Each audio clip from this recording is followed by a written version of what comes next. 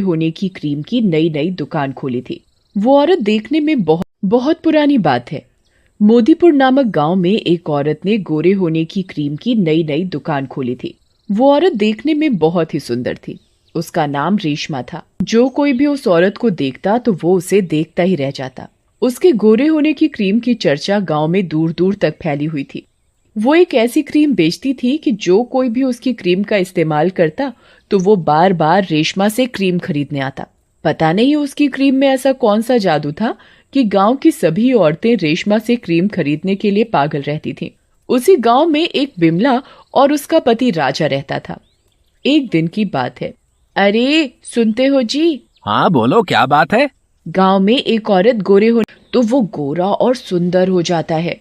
देखो ना, मेरा रंग भी कितना काला हो गया है और मेरा मुंह भी खराब हो गया है। मुझे भी वो क्रीम लेनी है। अरे क्या करोगी क्रीम लेकर? तुम तो पहले से ही सुंदर हो।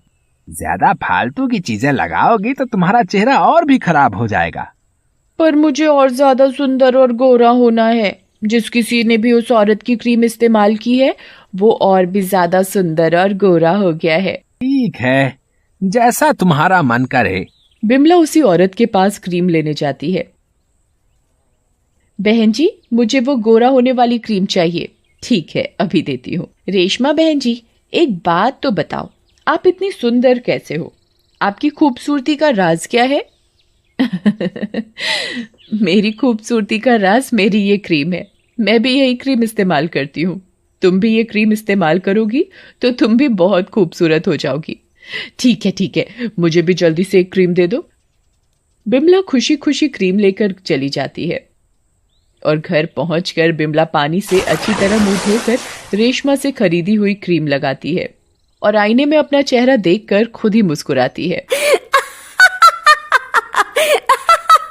अब मैं भी रेशमा जैसी खूबसूरत हो जाऊंगी। तभी उसका पति राजा आ जाता है। बिमला, ये तुम्हारे चेहरे को क्या हुआ? लग रही हो ना पहले से भी सुंदर। बिमला को अपना चेहरा पहले से भी सुंदर लगता है, लेकिन बिमला को ये नहीं पता था कि क्रीम लगाने से उसकी खूबसूरती पहले से और कम हो जाएगी। तुम ये क्रीम व्रीम के चक्कर में मत पड़ो। मैं ना पहले से भी ज्यादा सुंदर हो गई हूँ ना, इसीलिए तुम मुझसे जल रहे हो। वो राजा की एक नहीं सुनती और वो अपने आप को आईने में देखने लगती है। उसे लगता है कि क्रीम लगाने से वो सुंदर होती जा रही है। और अगले दिन गांव की एक औरत जिसका नाम काली था, वो भी रेशमा की दुकान पर जाती है। रेशमा बहन जी, अरे ओ रेशमा बहन जी। हाँ जी बोलो। रेशमा बहन जी, मुझे भी वो गोरा करने वाली क्रीम लेनी है। देखो ना मैं कितनी काली हूँ, इसीलिए सब मुझे काली बुलाते हैं। मुझे भी गोरा होना है आपके जैसा। पास ही में रेशमा की दुकान है, तुम उसके पास से वो क्रीम ले आओ। रेशमा पहले से भी ज्यादा खूबसूरत और गोरी लग रही थी। वो काली को दुकान का रास्ता देती है। काली क्रीम लेने चली जाती है। क्रीम बेचने वाली रेशमा नहीं, एक चुड़ैल होती है। वो काली को भी वो क्रीम दे देती है और वो मन ही मन खुश होती है। वो दिन दूर नहीं जब मैं गांव की सारी औरतों की सुंदरता चुरा लूंगी और किसी को पता भी नहीं चलेगा और मैं दुनिया की सबसे खूबसूरत औरत बन जाऊंगी। देखते ही देखते गांव की सभी औरतें कुछ दिन तो बहुत सुंदर हो जाती हैं, पर फिर अचानक बदसूरत होने लगती हैं।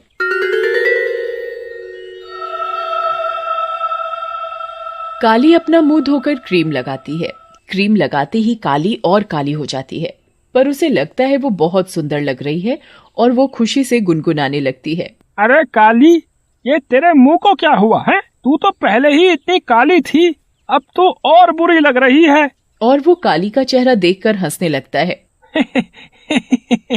मैं गोरी हो गई हूँ ना, इसीलिए तुम मुझसे चिढ़ रहे हो। काली का चेहरा सही में पहले से भी ज्यादा काला हो जाता है। इस क्रीम के चक्कर में तू पागल हो गई है काली। मेरी बात मान और इसे लगाना छोड़ दे।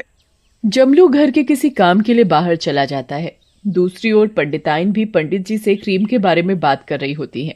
पंडित जी, मुझे आपसे एक बात कहनी है। गांव की औरतें क्रीम लगाकर कितनी गोरी और सुंदर होती जा रही हैं। मुझे भी गोरा और सुंदर होना है। अरे भाग्यवान, अब तुझे क्या पड़ गई बुढ़ापे में सुंदर दिखने की? तू तो आज भी 25 की लगती है। अजी छोड़ो ना, तुम भी ना मजाक करते हो। कसम से तुम्हें तो क्रीम की जरूरत ही नहीं है। देखो, तुम मुझे मत बहलाओ, मुझे क्रीम चाहिए तो चाहिए बस। अब ये पंडिताइन मानने वाली तो है नहीं। अच्छा ठीक है, तुम वो क्रीम ले आना। पंडिताइन को भी बुढ़ापे में सुंदर दिखने की क्या जरूरत पड़ गई। पंडिताइन रेशमा से क्रीम लेने पहुंच जाती है। अरे रेशमा, जरा मुझे भी तो गोरा होने की क्रीम दे। लगता है बुढ़ियों को भी सुंदर और जवान बनने का शौक लगा है। रेशमा पंडिताइन को क्रीम दे देती है। पंडिताइन क्रीम लेकर बड़ी खुश हो जाती है। अब तो मैं भी सुंदर बन जाऊंगी और मुझे कोई बुढ़िया भी नहीं बोलेगा। पंडिताइन जल्दी जल्दी अपने घर चली जाती है और जल्दी से अपना मुंह धोकर क्रीम लगाती है। क्रीम लगाने के बाद पंडिताइन अपना मुंह आईने में देखती है तो फूल ही नहीं समाती। अरे वाह, मैं तो कितनी सुंदर लग रही हूँ। दूसरी ओर जमलू कहीं जा रहा होता है तो उसे रास्ते में रेशमा की दुकान दिखाई देती है। रेशमा की दुकान पर क्रीम लेने वाली औरतों की काफी भीड़ थी। जमलू भी भीड़ देखकर रुक गया। वो रेशमा को देखता तो उसे देखता ही रह जाता है। उसे रेशमा पहले से भी ज्यादा खूबसूरत लग रही थी। वो मन ही मन सोचता है, गांव की औरतें दिन पर दिन बदसूरत होती जा रही हैं और रेशमा खूबसूरत, आखिर चक्कर क्या है। और वो अपने काम के लिए निकल जाता है। आगे चलकर जमलू को रास्ते में राजा मिलता है। और जमलू भाई कैसे हो? ठीक हूँ राजा भैया, पर पता नहीं ये तुम्हारी भाभी को क्या हो गया है।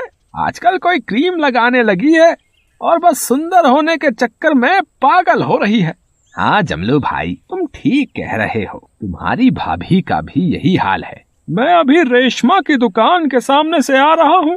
वैसे रेशमा है बहुत सुंदर, कोई भी देखे तो देखता ही रह जाए। अच्छा, मैं उसी तरफ जा रहा हूँ। मैं भी देखूं कौन है ये रेशमा। हाँ जरूर देखना। चलो अब मैं घर चलता हूँ, रात हो गई है। तुम्हारी भाभी मेरा इंतजार कर रही होगी। जमलू अपने घर की ओर चल देता है और राजा दूसरी ओर। कुछ ही दूर चलने के बाद राजा को रेशमा की दुकान दिखती है। रेशमा के घर की खिड़की में बहुत रोशनी आ रही होती है। अरे इतनी रात में ये रेशमा अपने घर में क्या कर रही है? जरा मैं आज इस रेशमा से बात करके आऊं कि ये क्यों सारी औरतों को पागल बना रही है। राजा रेशमा के घर की खिड़की से अंदर देखने लगता है।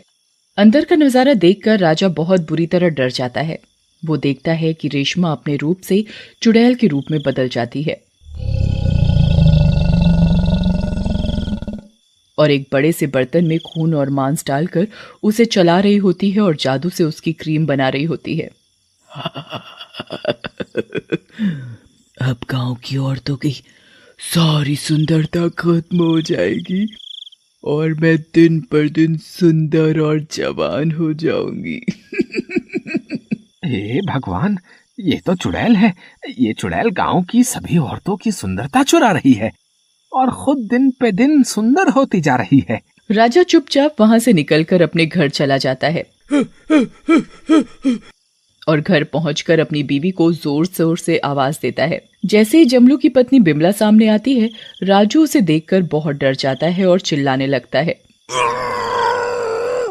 अजी पागल हो गए हो क्या? मैं क्या तुम्हें कोई चुड़ैल नजर आ रही हूँ?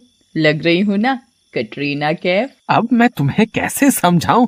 तुम सुंदर नहीं और ज्यादा बदसूरत हो गई हो। ये सब उस चुड़ैल रेशमा का करा धरा है। राजा बिमला को सारी बात बताता है। दूसरी ओर जमलू की पत्नी का भी यही हाल होता है, पर जमलू की पत्नी काली तो पूरी चुड़ैल लगने लगी थी। गांव के सभी आदमी रेशमा की क्रीम से परेशान होकर आपस में बात करते हैं। अरे भाई, ये रेशमा कोई खूबसूरत औरत नहीं है, बल्कि एक चुड़ैल है। मैंने अपनी आंखों से उसे रात में तांत्रिक पूजा करते देखा है। हे भगवान, चलो हम सब पंडित जी के पास चलते हैं। उनके पास जरूर कोई ना कोई उपाय होगा। क्या हुआ? अब तुम सब मेरे घर कैसे? और पंडिताइन, तुमने अपनी ये क्या हालत बना रखी है? राजा पंडित जी को रेशमा के बारे में सब बताता है। मुझे तुम उस चुड़ैल के पास ले चलो। जमलू, राजा और गांव के सभी आदमी पंडित जी को उस चुड़ैल के पास लेकर जाते हैं। कुछ ही देर में सब लोग रेशमा की क्रीम की दुकान पर पहुंच जाते हैं। रेशमा चुड़ैल के रूप में बदल जाती है। ए पंडित, अपनी जान प्यारी है तो तू चला जा यहाँ से। मैं नहीं छोड़ूंगी इन औरतों को। मुझे दुनिया की सबसे सुंदर औरत बनना है बस। तू ऐसे नहीं मानेगी। पंडित जी मंत्र पढ़कर दुकान में रखी सारी क्रीम में आग लगा देते हैं। आग लगते ही चुड़ैल जलकर मर जाती है